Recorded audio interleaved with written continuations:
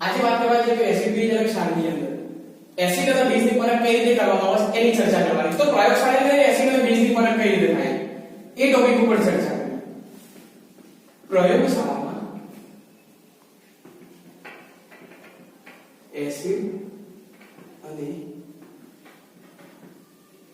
બેઝની પરખ. Acid અને બેઝની પરખ પ્રયોગશાળામાં કઈ રીતે કરવા જઈએ તો કે એસિડ ઉદાહરણની વાત કરીએ. એસિડ ની વાત કરવા જઈએ તો કે એસિડ ના ઉદાહરણો કયા કયા આવશે? તો એસિડ નું ઉદાહરણ તરીકે વાત કરીએ HCl, H2SO4, HNO3 અને બીજો આવશે CH3COOH. HCl, H2SO4, HNO3, CH3COOH. CH3COOH એટલે આપણે શું કહીએ છીએ? તો CH3COOH એટલે કહેવાશે એસિડિક એસિડ. કયું કહેવાશે? Acidic acid.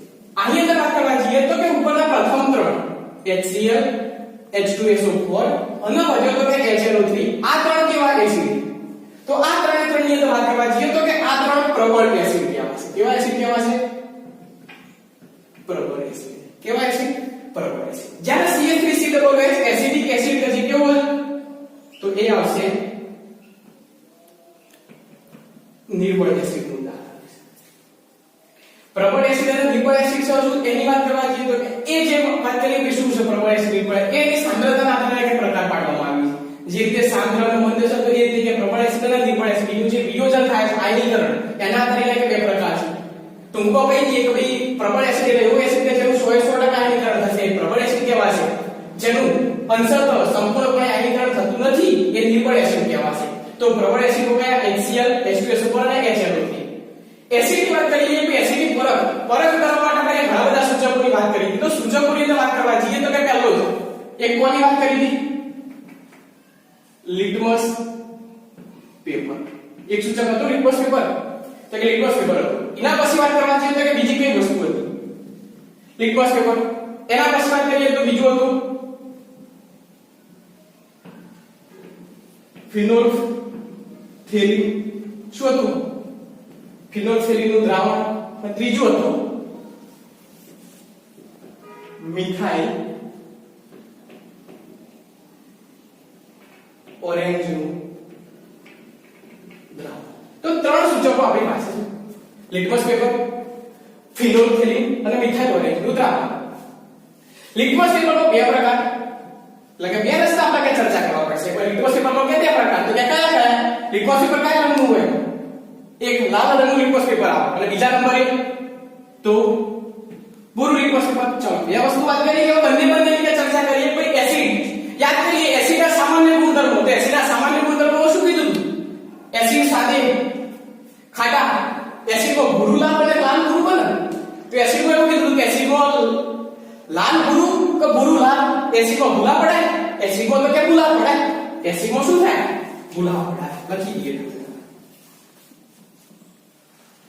એસિડમાં ભૂલા પડાય.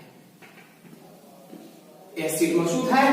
ભૂલા પડાય. ભૂરું લિટમસ પત્ર લાલ બને. તો હું વાત કરું કોઈ જો મારી પાસે લિટમસ પેપર કેવા રંગનું છે? લાલ રંગનું. તો લાલ લિટમસ પેપરની અંદર મંદ HCl અથવા તો એસિડની ઉદાહરણ સારા શબ્દો કહીએ તો એસિડની ઉપર લાલ લિટમસ પેપર મૂકવામાં આવે તો શું રંગ પરિવર્તન લાલ રંગનું થશે? લાલનું લાલ જ રહેશે. એનો મતલબ એવો કે રંગ પરિવર્તન કરે નહીં. શું થશે? લાલ લિટમસ પેપર છે એ લાલનું લાલ જ રહેશે. તો લિટમસ પત્રનો રંગ લાલનો લાલ રહેશે. ચલો હવે ભૂરા લિટમસ પેપરની વાત કરી લઈએ.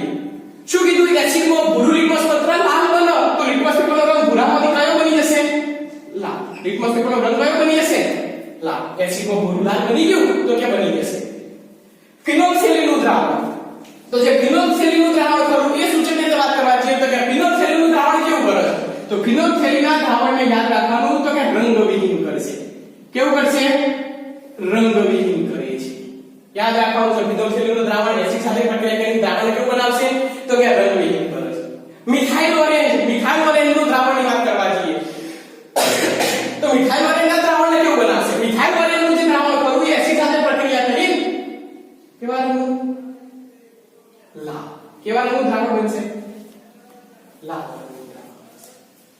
મિથાઇલોરેટનું દ્રાવણ કેવું બને છે તો કે લાલ રંગનું કે દ્રાવણ થતું હશે.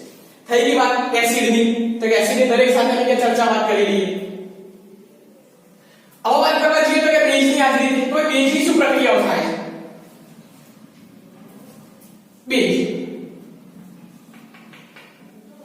બેઝના ઉદાહરણની વાત કરીએ તો કે બેઝના ઉદાહરણો કયા કયા હતા? તો બેઝના ઉદાહરણો યાદ હશે NaOH, KOH, CaOH, twice CaOH, twice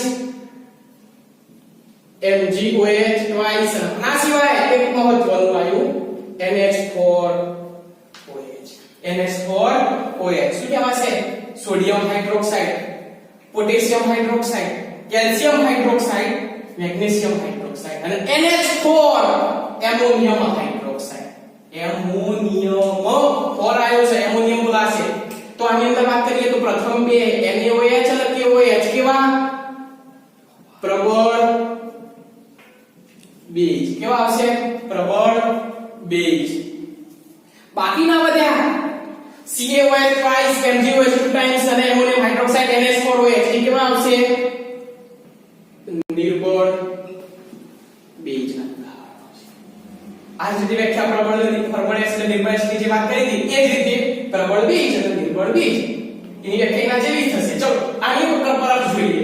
તો લિટમસ પેપર સાથે કે શું રંગ આપો છો? તો વાત કરી લઈએ આની બેઝની. લિટમસ પેપર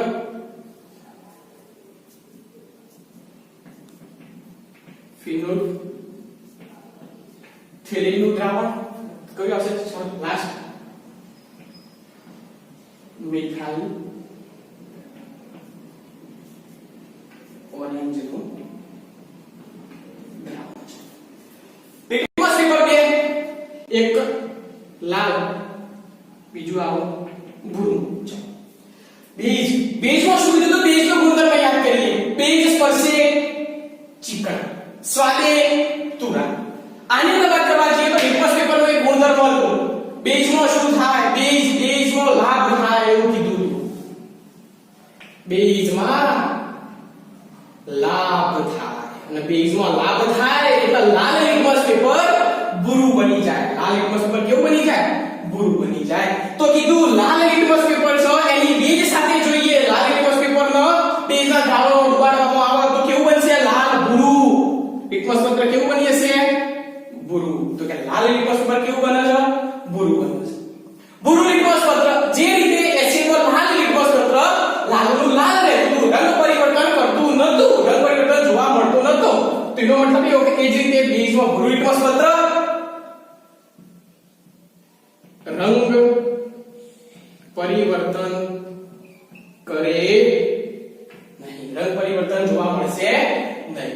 ફિનોલ્ફથેલિનના દ્રાવણની વાત કરીએ. ફિનોલ્ફથેલિનનું દ્રાવણ કેવું બનશે? તો ફિનોલ્ફથેલિનનું દ્રાવણની વાત કરીએ જોઈએ તો કેવા રંગનું બનાવશે? ગુલાબી.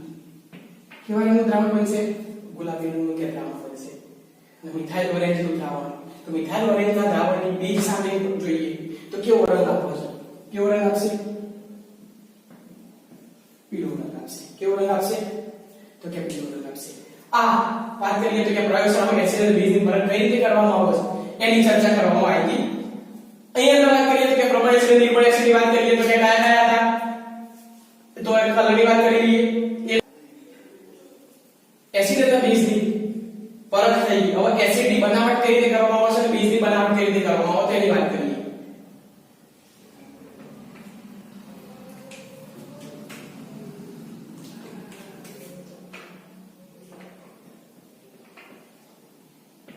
એસિડની બનાવટ. એસિડ કઈ રીતે બનાવવામાં આવે તો વાત કરવા જઈએ. હવે બનાવટ આવી છે એસિડની. અહીંથી મહત્વના ચેપ્ટરની તમારી શરૂઆત થઈ ગઈ. અધાતુ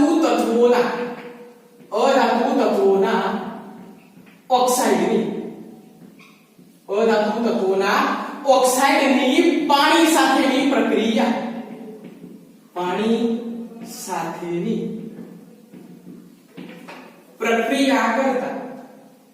સાથેની પ્રક્રિયા કરતા શું મળશે? એસિડ બને છે. વાત કરી અધાતુ તત્વોના ઓક્સાઇડની પાણી સાથેની પ્રક્રિયાથી એસિડ બને. જનરલ સમીકરણની વાત કરીએ. અધાતુ તત્વોના ઓક્સાઇડ કે જે કોના સાથેની પ્રક્રિયા? પાણી સાથેની પ્રક્રિયા. શું મળશે? એસિડ. શું મળશે? એસિડ. આ શું થઈ ગયું? એક સામાન્ય સૂત્ર. આના આધારે જ તમામ રિએક્શનો જોવા મળતી હશે. આના આધારે જ તમામ રિએક્શનો તમને જોવા મળશે. ચલો ફોર એક્ઝામ્પલ વાત કરી લઈએ. ફોર એક્ઝામ્પલ કરાવી દઈએ તો અધાતુ તત્વોનો ઓક્સાઇડ વાત કરીએ તો કે કયો આવશે? SO3. શું નામ કહેવાશે? Sulphur trioxide. કયો કહેવાશે? Sulphur trioxide. અધાતુ તત્વનો ઓક્સાઇડ થઈ ગયો SO3. સલ્ફર ટ્રાયોક્સાઇડ પાણી. સૂત્ર શું થાય? H2O. શું કહેવાશે? H2O. તો સલ્ફર ટ્રાયોક્સાઇડની પાણી સાથેની પ્રક્રિયા કરતા એસિડ મળશે. કયો એસિડ? H2SO4. નામ શું થાય? Sulphuric acid. કયો બનશે? Sulphuric acid. મળી ગયો. બીજા નંબરે અધાતુ તત્વનો ઓક્સાઇડ. બીજું નેક્સ્ટ એક્ઝામ્પલ વાત કરી લઈએ. CO2. શું બોલાય? Carbon dioxide. કાર્બન ડાયોક્સાઇડની પાણી સાથેની પ્રક્રિયા કરીએ. કાર્બન ડાયોક્સાઇડની પાણી સાથેની પ્રક્રિયા કરીએ તો શું મળી જશે? H2CO3. વધારાનો એસિડ. જનરલી જોવા મળતો નથી. સાંભળ્યું પણ નહીં હોય ના. શું?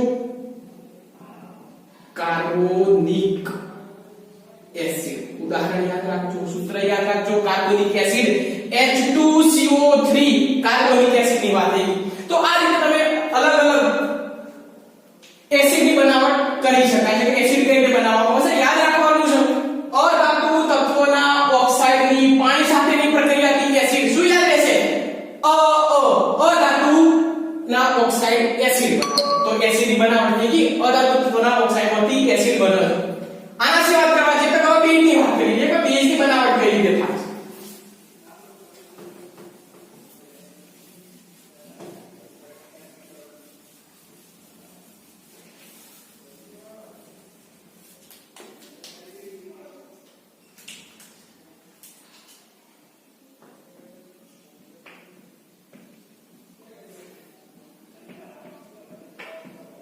બેઝની બનાવટ વાત કરવા જઈએ તો એસિડમાં અધાતુ તત્વના ઓક્સાઇડ, તો બેઝમાં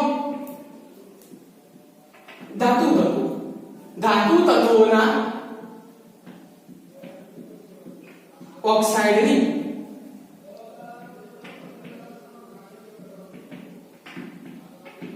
પાણી સાથેની પ્રક્રિયા કરતા બેઝ મળે છે. તો ધાતુ તત્વના ઓક્સાઇડની પાણી સાથેની પ્રક્રિયા કરતા શું મળી જશે? બેઝ મળશે. આનું જનરલ સમીકરણ સામાન્ય સૂત્રની વાત કરીએ તો શું થશે? ધાતુ ઓક્સાઇડ. ધાતુના ઓક્સાઇડની પાણી સાથેની પ્રક્રિયા શું મળશે? બેઝ. શું થઈ ગયું? સામાન્ય સૂત્ર. General formula. એ જનરલ ફોર્મ્યુલા કેવી છે? તો ધાતુ તત્વના ઓક્સાઇડ કે જેની પાણી સાથેની પ્રક્રિયાથી બેઝ મળે છે. ફોર એક્ઝામ્પલ ચાલો ધાતુ તત્વો કયા કયા? તો ધાતુ તત્વોની વાત કરવા જઈએ સોડિયમ, મેગ્નેશિયમ, આના સિવાય બીજી કોઈ ધાતુ કેલ્શિયમ, ઘણી બધી લિથિયમ છે, ઘણી બધી. તો ધાતુ તત્વના ઓક્સાઇડ પહેલું છે Na2O. ધાતુનો ઓક્સાઇડ Na2O.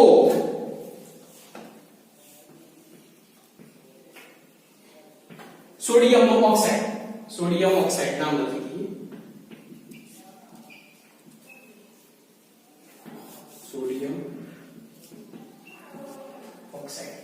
સોડિયમ ઓક્સાઇડની પાણી સાથેની પ્રક્રિયા શું બની હશે? NaOH. નામ શું થાય? NaOH સોડિયમ હાઇડ્રોક્સાઇડ શું બોલાશે સોડિયમ હાઇડ્રોક્સાઇડ પ્રક્રિયા સંતુલિત કરી આ જગ્યાએ Na2 છે આ જગ્યાએ Na1 પ્રક્રિયાને સંતુલિત કરવા માટે કેટલા બે મૂકી દી પ્રક્રિયા સંતુલિત થઈ જશે તો કે થઈ ગઈ સોડિયમ હાઇડ્રોક્સાઇડ બીજા સિવાય બીજું ઉદાહરણ જોઈ લઈએ CaO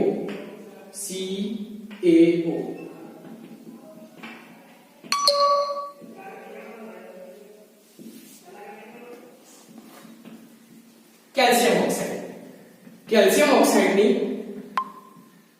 તો CaO H2O it gives શું મળશે CaOH twice calcium hydroxide Ca bracket છે CaOH twice calcium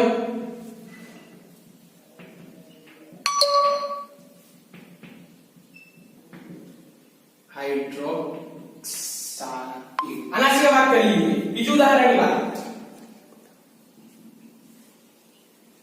MgO Mg for magnesium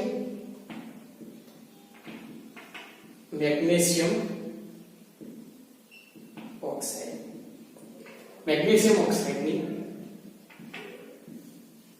પાણી સાથેની પ્રક્રિયા ની પછી બની જશે આમાં તો આવડવું જોઈએ બે ઉદાહરણ જોયો કે ભાઈ સોડિયમ હાઇડ્રોક્સાઇડ ની પાણી સાથેની પ્રક્રિયાથી સોડિયમ હાઇડ્રોક્સાઇડ બને કેલ્શિયમ ઓક્સાઇડ ની પાણી સાથેની પ્રક્રિયાથી કેલ્શિયમ હાઇડ્રોક્સાઇડ બને તો મેગ્નેશિયમ ની પાણી સાથેની મેગ્નેશિયમ ઓક્સાઇડ ની પાણી સાથેની પ્રક્રિયાથી મેગ્નેશિયમ નો હાઇડ્રોક્સાઇડ યાદ રાખવાનું છે ભાઈ બેઝ આવો તો હાઇડ્રોક્સાઇડ પાછળ બને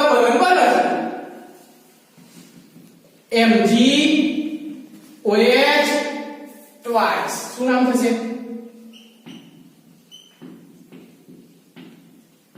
મેગ્નેશિયમ હાઇડ્રોક્સાઇડ હવે OH આવ્યો એટલે યાદ તો આપણે જોયું હતું ગુણધર્મો ભાઈ બેઝ તો બેઝ ના અંદર એનું મહત્વ